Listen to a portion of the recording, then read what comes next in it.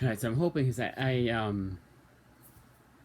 my iPad is almost dead, and I have it on a charger right now. But sometimes it's like, oh yeah, you can film a video even though we're at 1%. You just, it won't die on you. And then sometimes it's like, nah, today I'm gonna die on you when you're filming. So I hope it doesn't. I probably should have just plugged it in overnight. I really should have, but it was like too late by the time. So I like letting the iPad die, and I don't want to plug it in unless it's dead. And by the time that it was to a low percent, I was like, it's way too late. Even for 5 minutes, I don't want to take 5 minutes. I'm super tired, so I was gonna go to bed. And then, I could have, because I woke up again. It was one of those things where go to bed right now, and you go to bed like 2 hours later. All right, so library hall. First up, the two movies. One in which kind of the opposite. One in which I was waiting to get, and there was a story behind it. There's a pun there when you see a movie. And the other one is more everyone else wants to watch it. I don't, but I mean, probably just gonna end up watching it anyways. The first one up is Luca. That's the one I don't want to watch, but I do and I don't. It's at the library, so I might as well pick it up and watch it. But everyone else, pretty much my mom wants to watch it more than anyone else, and we have my nephew over for the weekend, so perfect family movie.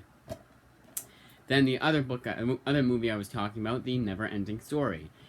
Now I had seen this because when I got Birthright by Josh Williamson, that 10-volume series, the Never Ending Story seemed to be like what it was story wise, like what Birthright is about, when this is about. It seemed to be like it takes some inspiration from Never Ending Story. There's a kid that gets transported to Narnia, and it's the chosen one story and all that shit. This is like one that everyone talks about. It's a classic movie I've never seen. Now, I didn't get the first time because it said it was full screen. And for those of you who aren't movie aficionados, full screen means that it's like, so that closet, part of that closet would be cut. This is widescreen right now. Part of that closet would be cut. And you wouldn't be able to see that. Like there was something in the foreground. And for a movie like that, you want it to be in widescreen. But because we have box TVs way back when, they couldn't do widescreen, so you had to go full screen. But now we have HD TVs, so we can do widescreen now, and 4K, and everything else. I'm hoping this is in perfectly fine condition, because my finicky-ass USB DVD player will not play like any movie anymore. So I'm going to have to bust out the old DVD player that still works pretty good, try and find the remote for that, because it's the only way I can really use that, and worst case, use that. I have no idea what that fucking remote went, though. Which is really sucks. That's a pretty good DVD player otherwise. But the USB DVD player I have, like, you have one scratch, and my DVD player now, with my USB DVD player, is like, nope. And it's like, I like to watch movies on my laptop, so I have to bring the laptop and the DVD player. But now on to the comics. One that I didn't think to look at, because they have ILL and then they have G-Milks, and they were out of this series after Volume 6 on G-Milks. And I was like, oh, maybe ILL would have it. I checked like 2 weeks too late. Not 2 weeks, but 2 weeks afterwards. And that is Moon Girl and Devil Dinosaur Volume 7 of 9. Might as well just finish off this series. I know there's going to be an ongoing coming out pretty soon. I probably won't get that. I'll wait till the library has it.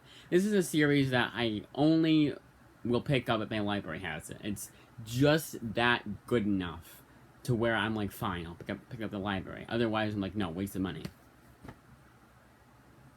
Especially at $3.99 and $4.99 for issue 1, or the specials. But I think that there's like the specials out right now, and they're all $4.99. Outcast Volume 5.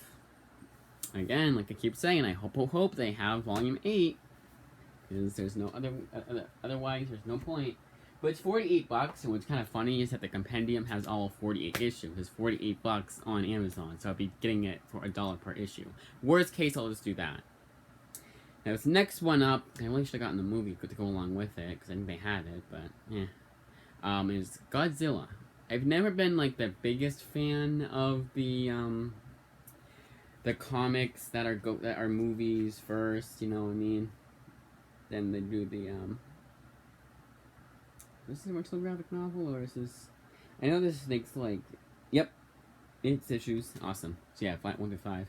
It's smaller than like your average comic though. It's really weird.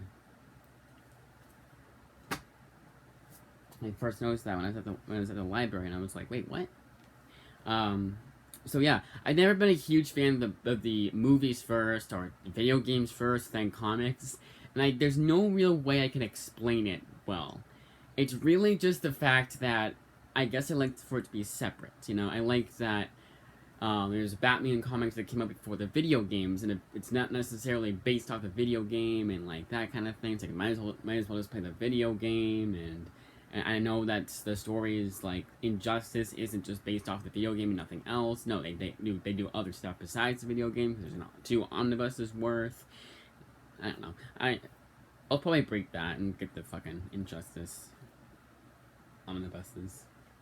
DM, and of course the video game. DMZ Friendly Fire. I think it's volume 4. They don't say right here. It's really weird. They don't even say on the side.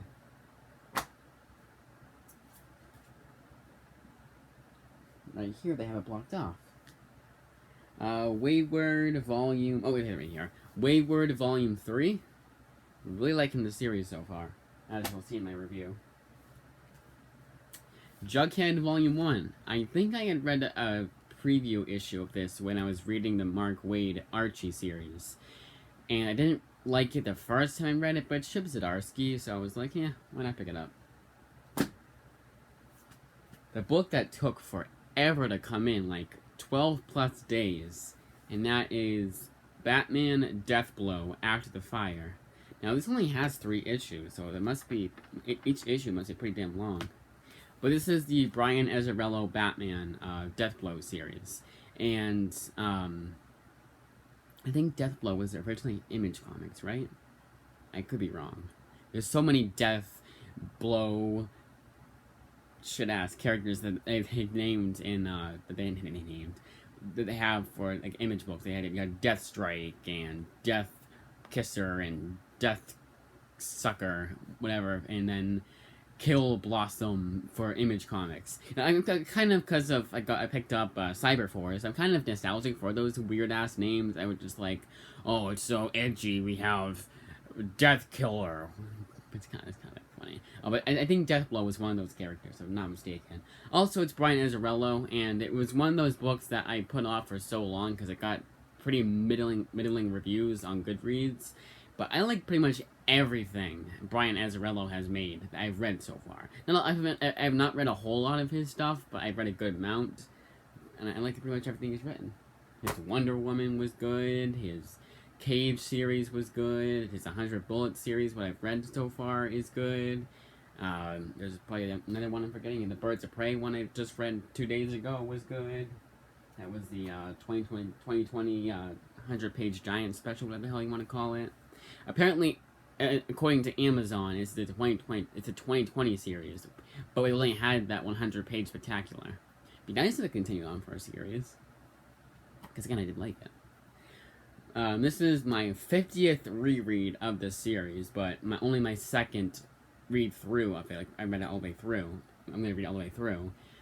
Journey into Mystery by Kieran Gillen, The Complete Collection, Volume 1. I did not like it the first time, loved it the second time, and the third time, well, I'm sure I'll like it. This is a reread, technically. I had read, I think, the first, like, few issues, and then I dropped it. And then I, decided to pick it back up again, and that is The Witcher Omnibus. Also, the only book I was waiting on. Well, technically there was 2, but the other one isn't coming in until at least tomorrow. I can't go tomorrow. Today was the only day I could go, so I was like, whatever. The other one was a Star Wars book, and I was like, they don't even have I'm still waiting on Poe Dameron Volume 2, my local library, to have it, or put it back in stock, and they say it's in stock. So I was like, whatever. In the day, who the hell cares? And, just one book that I had to wait on. But this one was the one I couldn't wait on. And I was like, okay, you know what, between the Star Wars one and Witcher, I want The Witcher to come in. I'm like, okay, fine. Yeah, Witcher Omnibus. I also have Volume 4, but this is the best of the best from what I've heard. After that, for Dark Horse, the Witcher books, it didn't get too good. Now this one, this is weird, because this is the Legend of the Pat. This is like a Dark Crystal. I hope it's the first Dark Crystal one too. And this is IDW, right? Let's see. What is it gonna say? No, it's Arcada. Oh, no, it's Boom Studios. What is this? Yep, single magazine form. Awesome. 1 through 4. Damn. Unless I'm just looking at this. Unless the paper quality is really good, that's a lot of book for one issue, for 4 issues. But this is Simon Spurrier. Now, I hope you guys can answer this for me, but is it Si Spurrier or Simon Spurrier? Are they two different people, or just the same guy? Because there's Si Spurrier, he wrote Step by Bloody Step. Simon Spurrier has written books like Hellblazer, that most recent one, this, obviously. But if you look up Amazon, you get Simon Spurrier. If I look up Si Spurrier on Google, I'll get Simon Spurrier. Look up Si Spurrier, I get Simon Spurrier. So here, let's show you proof. Alright. So, Si Spurrier. See? I looked up Si Spurrier. Come on. Do it. And then I got Simon Spurrier. See? Look up Si Spurrier. I get Simon Spurrier. So are they two different people?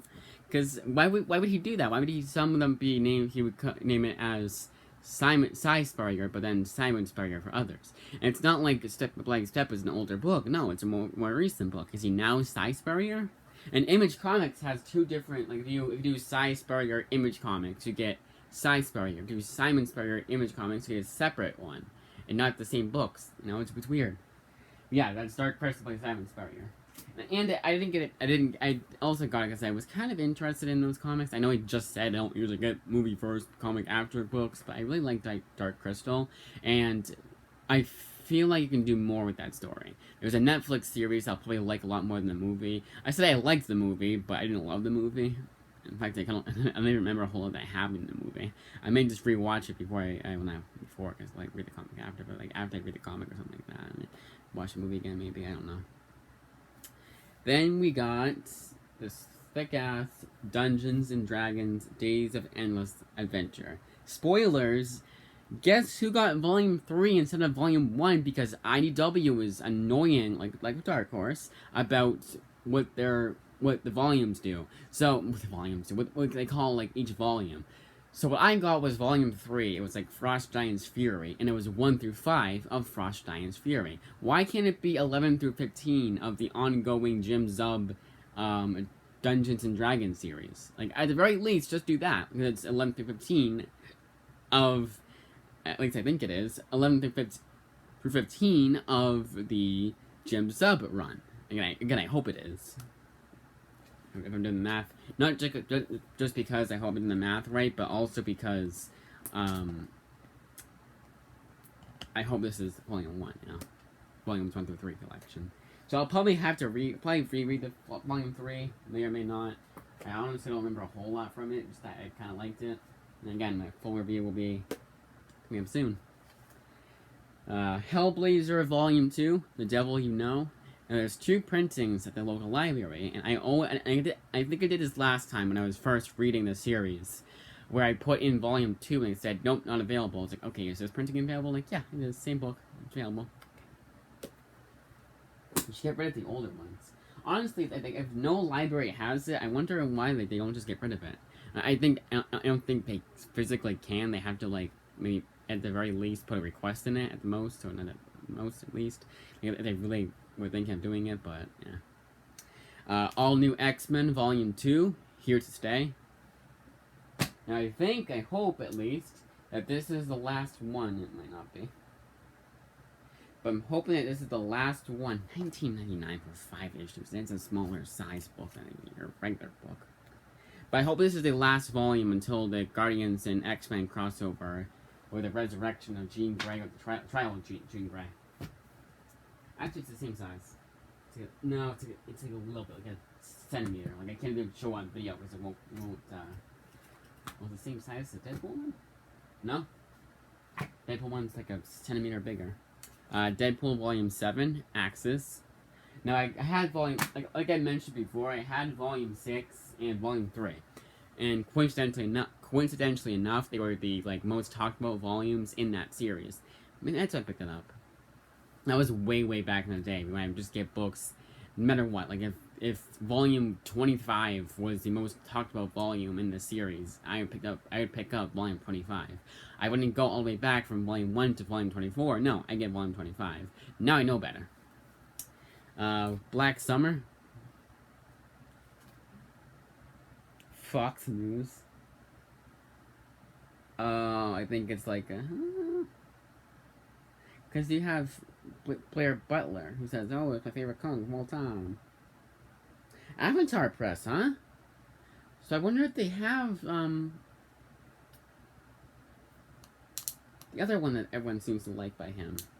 I can't see it. I can't see. I don't know if not Crooked and Levain. I don't know. It's not showing it here, but yeah, Avatar Press. I feel like my local library has never had anything from Avatar Press. The American Way. Now, this is a series that I had the first issue of way back, and I hope it's the right one. But I had the first issue of this series way back when. It was a dollar comic special edition of American Way issue 1. The first time I read it, I hated it. I barely got through it. I think I was ready to burn the comic after I read it. I think the second time I read it, I was like, yeah, still no. My most recent time, like with Low, I was like, but less like not as severely as I did it with Low. I was like, what the hell is wrong with you, Past Justin? How could you not like this series? I liked it. It was very intriguing. And I wanted more. And they only had it through ILL. And it was one of those books where it's like from a weird-ass library that I've never heard of. Yeah, Brown Academy Library.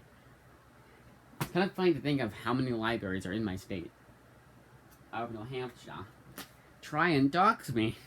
Probably could, honestly. I've done so many Amazon unboxings, and especially back in the day, I was really careless, so you probably did see the address 1 2 times, and well, you noticed it. So. Dover, why did I say the library price of the book? Wonder Woman Volume 8, Dark Gods. Now this is Dover. I swear to God Dover was Gmilks and not ILL. I think I always think that instinctively because, and I can't do the library. I don't think I can because it's not part of Gmilks. I can't. Because their new Gmilks, they said, you can,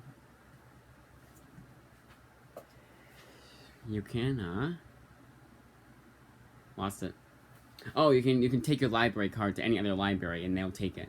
Like the Rogers one, I can go to Dover, I think, or Derry at least. I know Derry's part of Gmilks. I go to Derry Library or Nashville Library, and they're like, "Yeah, we'll take a library card.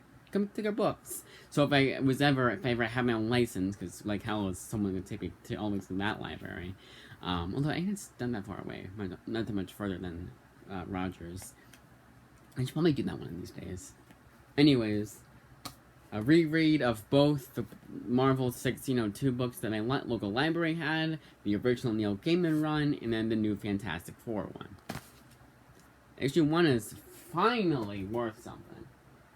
I've always had a gut feeling it would, so to speak, and sure enough, I was right. One that I'm surprised I had never picked up because it was when I got in the Conan books way back in the day. I wanted to read more Conan, not the book itself because that's I'll read all 60 issues in 30 days. Well, I could because read 2 per day, but I never picked up Red Sonja Conan because my local library had none of Conan. I wanted to read at the very least. I wanted to read at least the first volume of Savage Sword of Conan by Roy Thomas. They didn't have that. And I don't know why I never put in Red Sonja Conan. Because it doesn't have the worst reviews on Goodreads. It's like a 3.6. Pretty short book, though. Yeah, Red Sonja Conan. And it was both, I'm interested in both Red Sonja and Conan. To read more of it. Because I want to get that Gail Simone omnibus whenever that comes out, and if it comes out. I think it was, near my condition, didn't he say something about there was a new printing coming out this month, or... I don't think it's next month. I think it's this month. But Amazon has nothing. It's almost the end of the month. And I don't think they went out of stock that quickly, because they're just showing the more recent printing, not the one that just came out, but the one like a few years ago. And this is weird. This is Transmetropolitan Volume 4. Local library had it. They only had volumes 1 and volume 4 of Transmetropolitan, my local library. Not 1 through 4, no. Volume 1 and then volume 4. So volumes 2 and 3 I had to get somewhere else. 2 and 3 I had to get somewhere else. Weird. But thankfully I know that they have a interlinked. Now this book I never thought I'd have to get at my local library because 9 times out of because my Prime reading always had Preacher Book 1, the same printing you see here on Prime. The Kindle had on Prime Reading. I can read it off my Kindle. It's off now because DC Comics is stingy when it comes to digital books. Abso-fucking-lutely stingy. Not only is like, let's say this is a recent book. Let's say this came out in 2017. Each issue would still be $3.99. That is, again, stingy. Makes no sense why a book from 2 years ago is still $3.99 even though the trades come out. Marvel, the second the trade comes out, they're like, those issues that are collected in trade, yeah, $1.99. The book, the price that it should be after a while anyways. And Image Comics, after like a few months, that's $1.99. If you're lucky, the first issue is free. But DC, on the other hand, is like, nope, $3.99. Full price for a fucking PDF. I really do not understand why DC Comics does that. You guys wonder why I get so pissed when I can't, not like so pissed, but you guys wonder why I'm so like adamant about going as soon as possible for when it's DC, especially DC Comics, although I've been falling behind. That's why. Because I'm not paying $3.99 for a PDF. If you're lucky, it'll be off. It'll be like a $1.99. It's on sale. Then By the Last Man, Volume 2.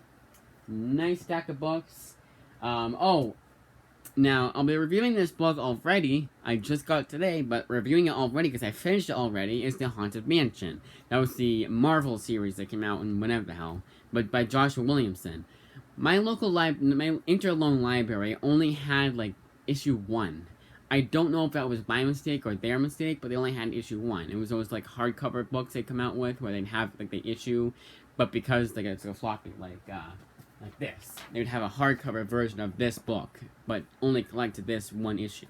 That was what they did for Haunted Mansion, and I was like, you know what, take one book off my list, so read it.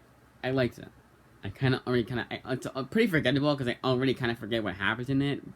I know enough, but it was like one of those books. It's like, okay, this happens, all right. It's pretty straightforward, but it's pretty damn good. Honestly, if they adapted that story into a movie, it would probably be a lot better received than the Eddie Murphy movie, which I think there's a lot of nostalgia factor too. So I'm just going by what the major consensus.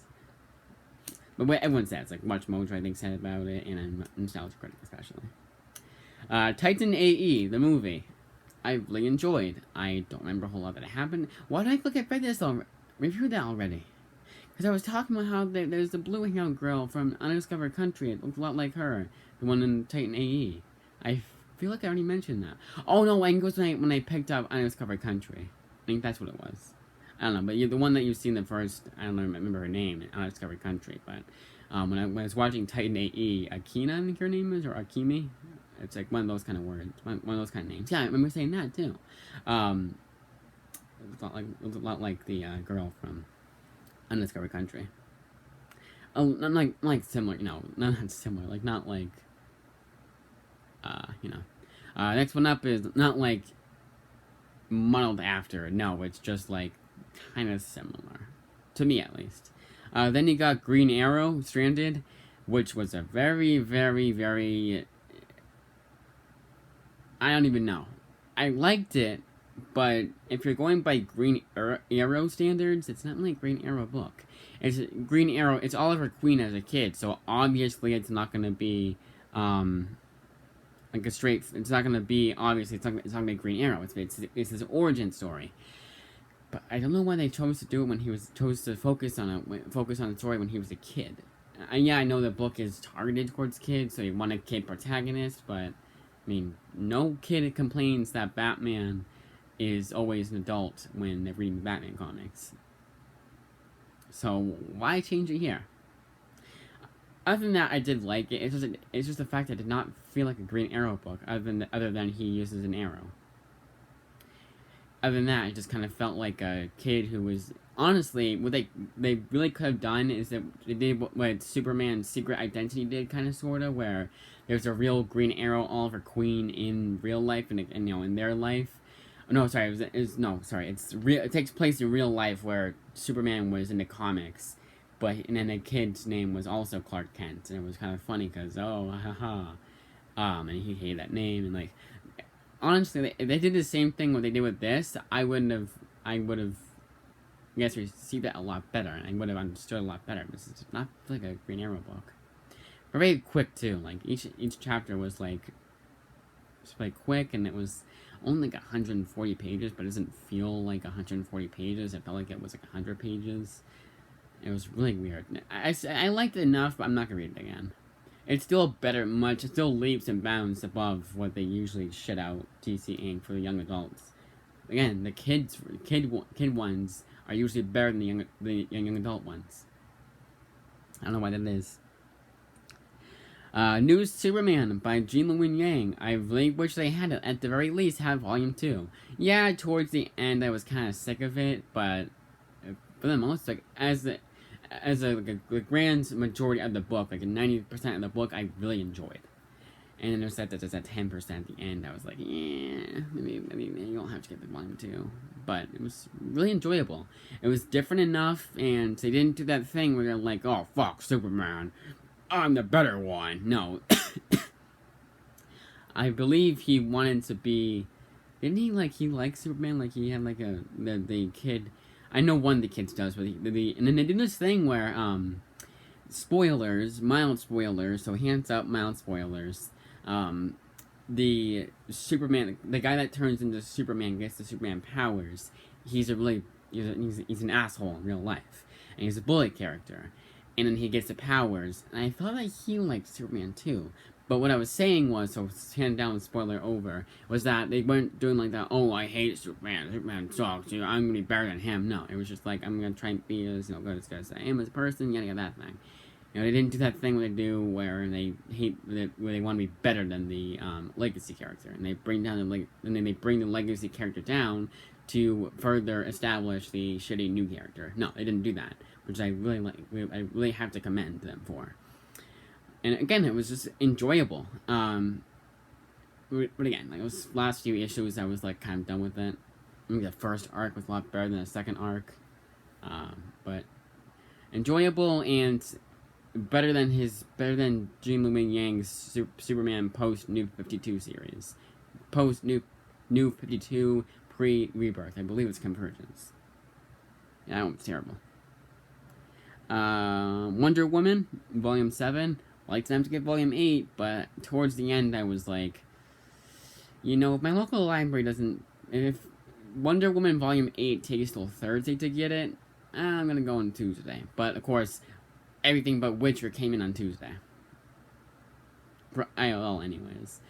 But, it was good enough. I really liked the story between Darkseid and Wonder Woman, and now that, like, the way that Volume 7 ended, I guess I am kind of intrigued to see what happens next and how they get it on this one, because it's kind of a to continue type of thing. It's not any way I thought it would end, honestly. I honestly would have been pissed off if someone had spoiled it. That's how I was actually that invested in it.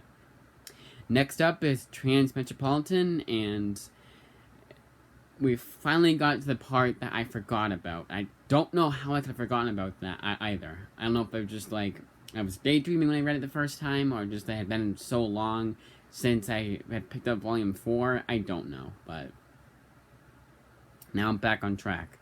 Again, it's a reread, and I don't know if I mentioned that before. I think I was too focused on... I should mention the next one, DMZ. DMZ Volume... Actually, I think right now, especially with this volume, I'm now on the series, the issues I haven't read. And this past one was really damn good. It was back to what I liked about DMZ. And the last volume had like, it was kind of mixed. Or one of the volumes it was mixed. I was like, I might take a break, but I probably shouldn't. I didn't. Thankfully. And this volume picks up. I think it was just that 13th issue, and then 14th issue picks up. I really like that last volume. Day Tripper. I mean, read it. I'm not gonna say anymore. Just read it. It's my 50th time reading it, and I liked it just as much. A little bit less, but it's just because of how often I've read it, so there's no big surprise for me. For the most part, there was some surprise. I've forgotten a lot of what happened, but there's no real major surprise, so it wasn't as special as it was the first time. But pick it up. If your local library has it, especially pick it up. If you like getting the absolutes, get the absolute. I think that I heard that I noticed that the colors were a lot better in the absolute. And obviously, the artwork was better because it's bigger, but the colors popped out a little bit more. Why the Last Man, Volume 1, just a damn good series. I already can tell they butchered in the FX series because no one looks fondly at that TV show. If you do, fine, but why? Get it? Can I say why? But I haven't seen it myself, but from what I've heard and seen from the trailer, I'm like, no, this is not it at all. You fucked it up, man.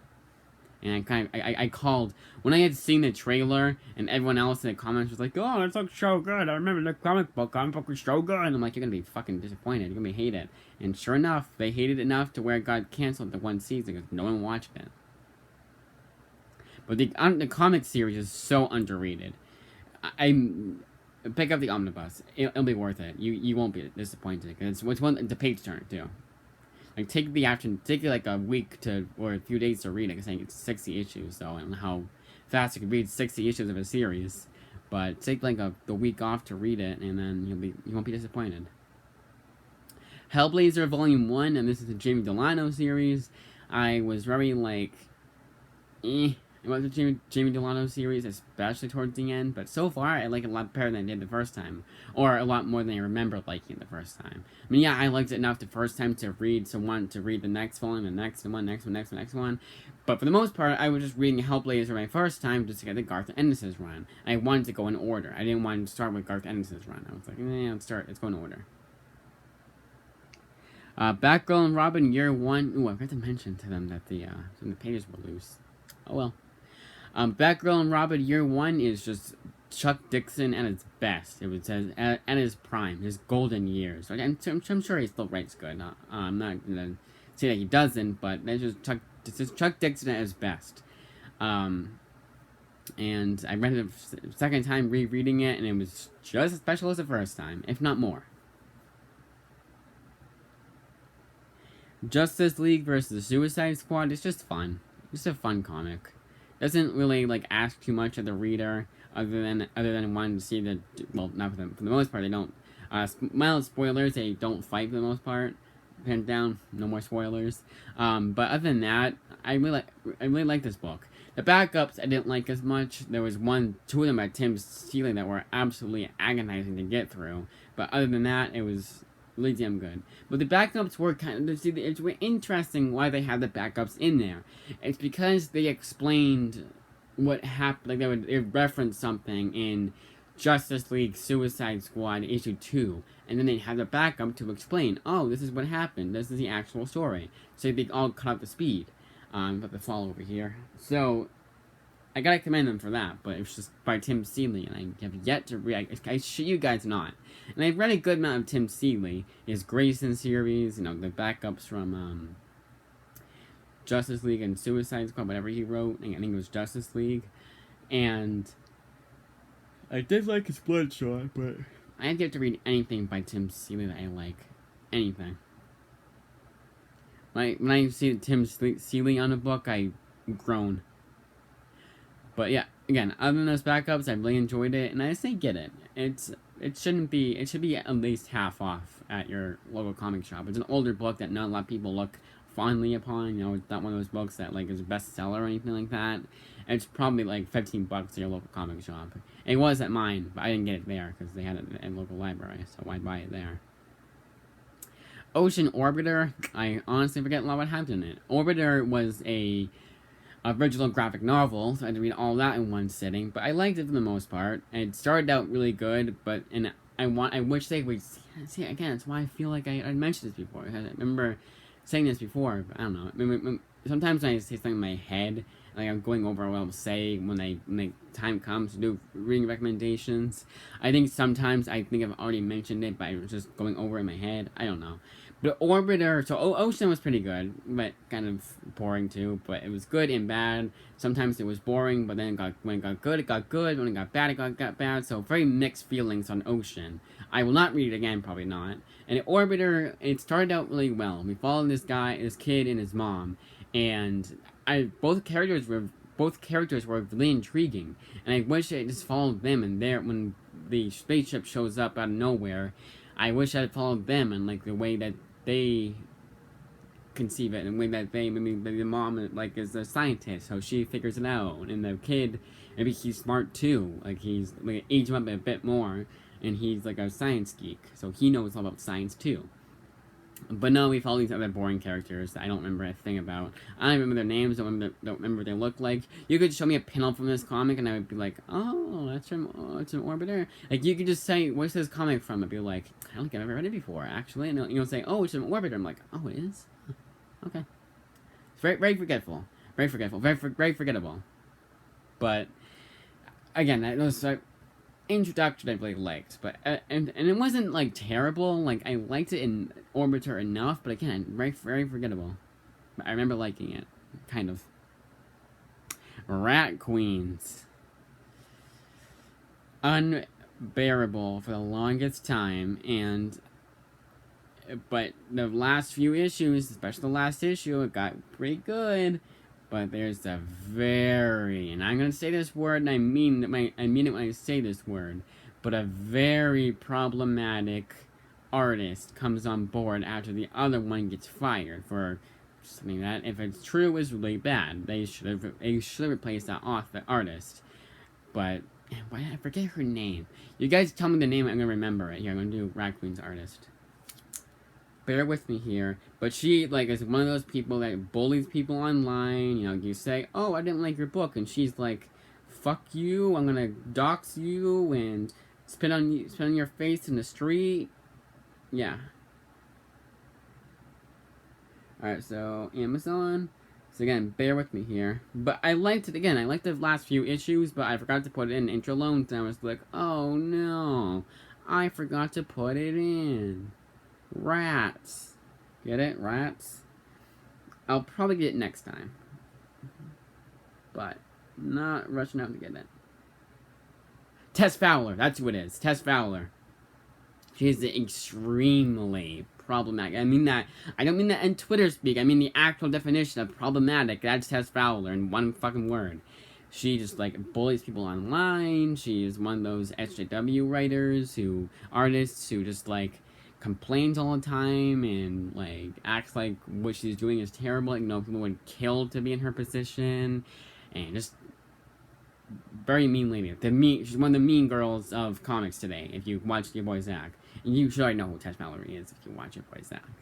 So it wasn't exactly rushing out to get Volume 2, because I think she comes on Volume 3. At least Volume 3 she comes on. I don't know about Volume 2 though. But, again, I wasn't exactly rushing out to read that series because of that fact. Wayward Volume 2, it starts out and I was like, is this Volume 2 or is this Volume 3? Because why are we here now? And I've forgotten a lot of what happened in Volume 1, which I kind of hate. And that was because I had gone away. Which is why I think I'm on Volume 4 for Wayward. No, I don't think I am. Anyways, turns out I was, watch. No, and I know I'm not. But, because I had taken a week off on vacation, which the week I was going to go away. So I was already a week behind. And I finished, Wayward.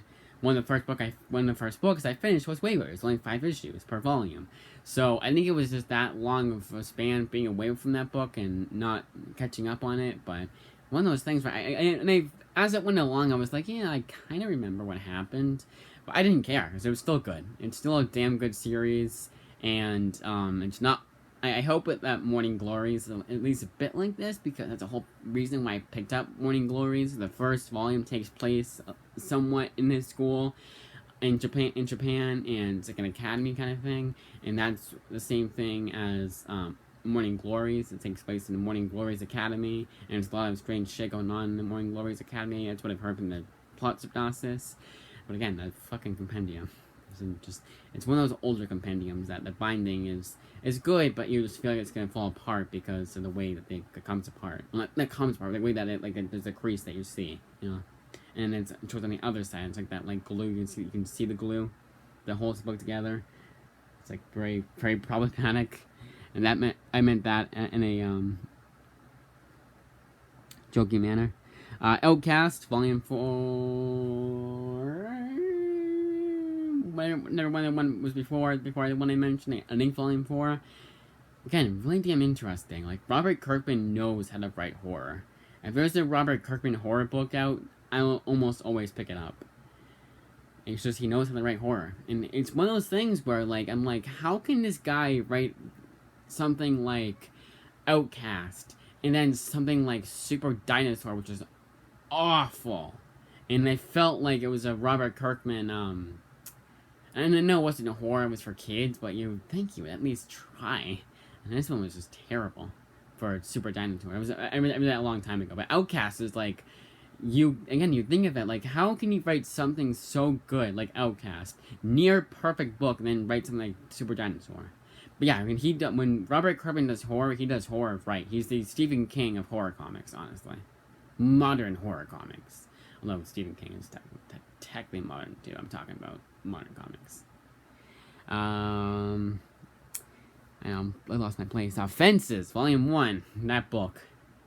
Oh my god. It was so, like, this is the type of book, this is exactly the type of book I thought it would be, word for word, verbatim.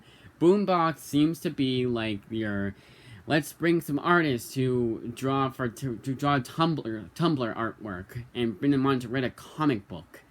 For Wind, that artwork was pretty good. I feel like the high fantasy book like Wind, it didn't really fit, kind of, sort of, but it was just more like it was more just the fact that, like, yeah, it's just fantasy, but, like, it's the way they run the art people, it's kind of weird, but I can get behind it, it's still fine. But then I read Backstagers, and that artwork was awful. It was, like, literal Tumblr artwork. And I mean, like, your standard Tumblr artwork that just looks like it was like a drawing, no additional shit put into it, no shading. I mean, there's shading there, but, like, no, like, just very cartoony and just weird artwork. And this one, it was the same thing. Fences was the same thing, and it was again one of those books where everybody gay, except for 2 people. And one of the characters, I swear to God, was a girl. They drew him like a girl. His name was Bobby, but that's kind of like it could be, a girl can be named Bobby, a guy can be named Bobby. I guess Bobby for a girl stands for Bobby. It's short for Barbina. No, Roberta. Barbina. I guess, yeah, it's short for Roberta, and then, of course, Robert for a guy. So I thought it was a girl, and I was like, wait, but it's an all-male school, isn't it? But we saw a girl here. Because there's a black lady that's the main, bitch lady she's a bitch in the book. She's like one of those no-nonsense people. She's the, teacher of the class. But she's one of those sassy black ladies, not fun sassy black lady, the annoying sassy black lady that pisses you off. And I'm trying not to sound racist when I say this, but it's just like one of those sassy characters in general. And it's just super annoying.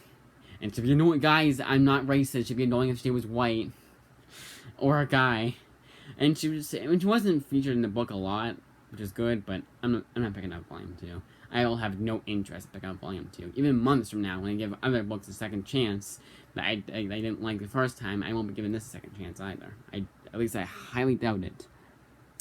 And they got Dungeons and Dragons, Volume 3, but there was a few references to what happened before, and I feel like when you're reading the book, you felt like these characters have gone through a lot that you'll be reading in Volumes 1 and 2, and once you read those, hopefully I'll like Volume 3 a lot more. But I liked it enough. It was very enjoyable. a little too jokey at times, a little too lighthearted at times. I feel like it's been a little bit darker, a little bit more action-packed, a little bit more fantasy feel. But I mean, they adapt this into the Honor Among Thieves one that's coming out next year. I think people will like a lot better than what the trailer looks good enough, but the main complaint people had was there was too much MCU humor, and they did it perfectly in the Jim Zub one I read, the Frost Giant's Fury. So if they adapt that into Honor Among Thieves, there's one comic series that actually is adapted. I forget what it's called, but they're adapting that story, which is from IDW, and I think the library had it. Maybe we'll get lucky. Maybe it's volume one or two. Maybe even volume 1. I do not think it's a Vampire's Kiss. Whatever the fuck the second one's called. It's Vampire something or other. Vampire Queens? I don't fucking know. But yeah, I liked it enough. If they adapt that, then we should be good to go for the Honor Among Thieves movie. And it won't be as bad as 2001.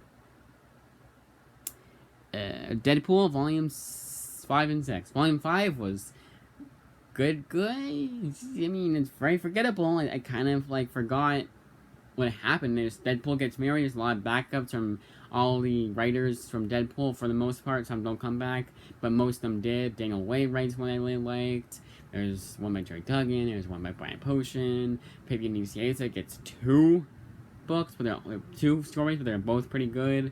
And kind of made fun of what I don't like about, because Deadpool's fourth wall breaking, and he makes fun of exactly what I hate about Fabian Nicieza's stories. They're convoluted as hell, and not really, kind of boring. And that's my opinion, obviously. That's like one of like my biggest comic sins, is I have yet to read anything that I liked from Fabian Nicieza, except for a couple things. When I finish the Deadpool run I'm on currently, I'm going to give Deadpool and Cable a 50th chance. And we shall see. But I like it a lot better the second time. And then Volume 6, Original Sins, because I had Volume 6, I owned it myself. I liked it a lot better than Volume 5, and it was great. I wish that Volume 4 was Volume 6, honestly. Because that would have been perfect. Maybe Volume 5, because I don't think they want to blow their load too quickly for that, you know? For what happens in Volume 6. Because it is a follow-up to Volume 3. I say Volume 5, but no, I did not. New X-Men Volume 1. Pretty good. A little bit, I can kind of see now, rereading the series, why people don't like the Bendis era of X-Men. It's very wordy, and sometimes it was hard to get through, so it was so wordy, and it was like exposition dumping here and there, and kind of like convoluted a bit, and just like, ugh, like a middling, like the worst of Brian Michael Bendis, all wrapped into one.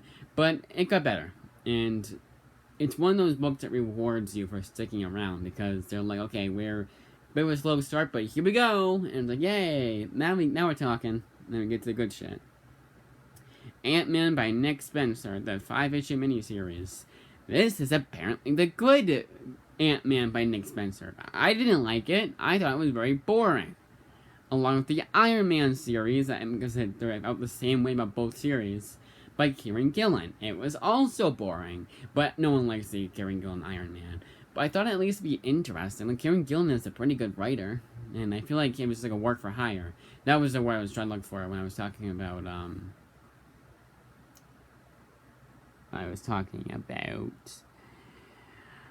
I don't remember. I don't think it was any of the ones I haven't talked about yet. But I haven't talked about it. They haven't, I talked about last time. Yeah, both are boring. Both Ant-Man and Iron Man were fucking boring. Then you got the X-Men Messiah Complex, which was really good. But after, they do by chapter when it says New X-Men chapters, and it's chapter 8. New X-Men issues 44. Issue 44. And they jumped to chapter 12, which is right after. Not a printing error. There's 13 chapters in total, but they skipped 9, 10, 11. It's really weird. Or 10, 11, whatever. I don't know if there's a tie-in, like there's an X-Force Utopia one. I guess a tie-in, but I don't know. But I liked it. The new X-Men one, I hated the artwork in it. It was Humberto Ramos. He's a bit too anime-inspired for me. A bit too, like, dated artwork, too. But it was good enough. But I liked the X-Factor one was the best, followed by the Brubaker, then the Mike Carey one, and the bottom was the new X-Men one. I wrote Iron Man twice. Why did I write Iron Man twice? I didn't read 2 Iron Mans. Why did I write it down twice? Okay, finally, Sin City. Such a good series in general. This one was a little bit less so, but I still enjoyed it. But if I find it at a good price, especially because it's out of stock, out of print, I will probably end up buying the Big Damn Sin City hardcover. I want to own this series, even though I can get all 7 volumes at my local library, Interloans, Gmail, so it comes in a little quicker than Interloans, but not really. I still want to get the collection for myself. Not necessarily the library editions, probably just get the Big Damn Sin City, has all in one.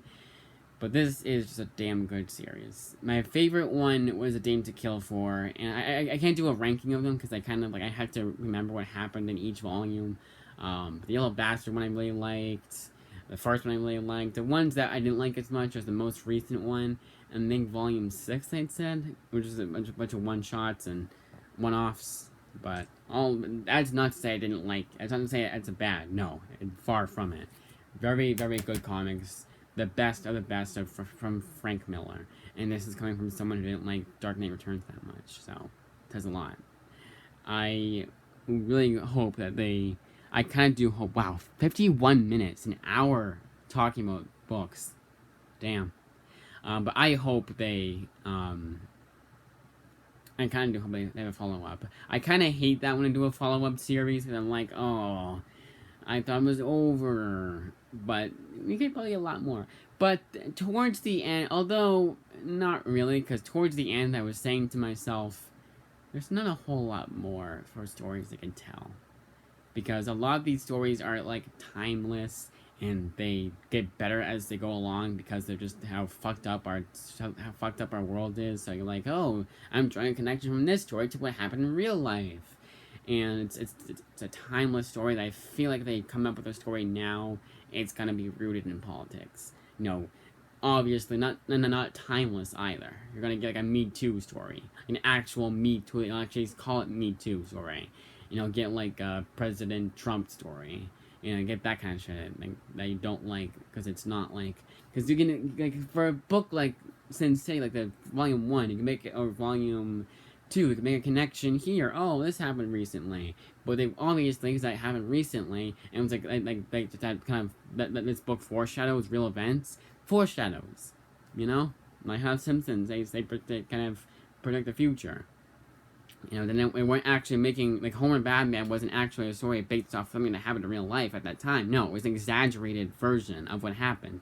It just so happens that today everyone's so fucking sensitive, and when someone gets accused of something they didn't do, especially if they're a straight white male, shit happens. Shit hits a fan. Look at Johnny Depp, who thankfully finally got what he deserved. He finally got free and got like a bunch of good shit, and now everyone is seeing him for the awesome person he is. Like justice for Johnny Depp. I will not watch anything from Amber Heard. Even if I'm about to watch a movie, I'm like excited to see it. Like, if I find out she's a never-ending story, even she's a kid in the movie, I'm not watching that. Watch, she's gonna be in Luca because it's the anime. I'm not gonna know until after. That is it. I spent an hour talking about books. Yeah, it was like 40 books in total, so makes sense. That's it.